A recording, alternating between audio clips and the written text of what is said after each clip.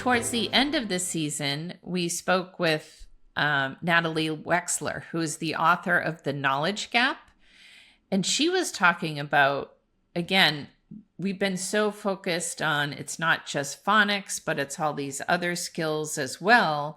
And she brought our attention to a really important concept as well, which is building knowledge through listening comprehension or oral comprehension, because we know that a person may be developing their reading proficiency and they may have really rich language, but they are struggling with the code, right? So they're struggling to decode, which is the profile really of a classic student with dyslexia, right? So they have this rich language, but they can't access it through reading, but they can access it through oral comprehension. And she talks a lot about how more and more there's curriculums that focus specifically on this building knowledge through listening comprehension. And this quote that we're going to share from that episode talks about what her experience has been across the country in terms of teachers who are starting to use this type of curriculum. So let's take a listen to that. And what I hear over and over again is I never thought my kids could do these things. These kids are doing things far beyond what I expected.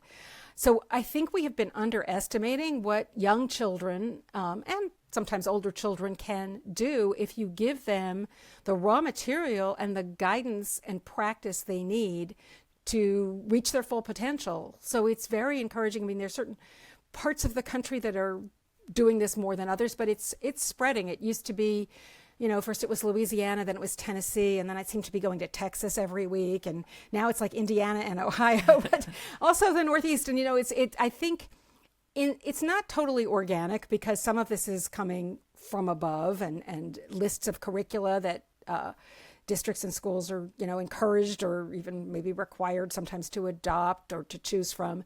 But I do think it's also growing organically as word spreads.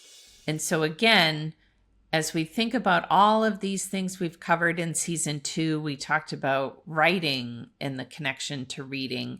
We talked about adolescent literacy and making sure that even our teachers in science and social studies understand the influence of reading across the content. We talked about equity in leadership. We talked about social media and how you need to guard against making sure that what you're finding on social media is aligned to the science of reading and the evidence, right? There's a lot of stuff out there. You need to make sure the source of the information is really powerful.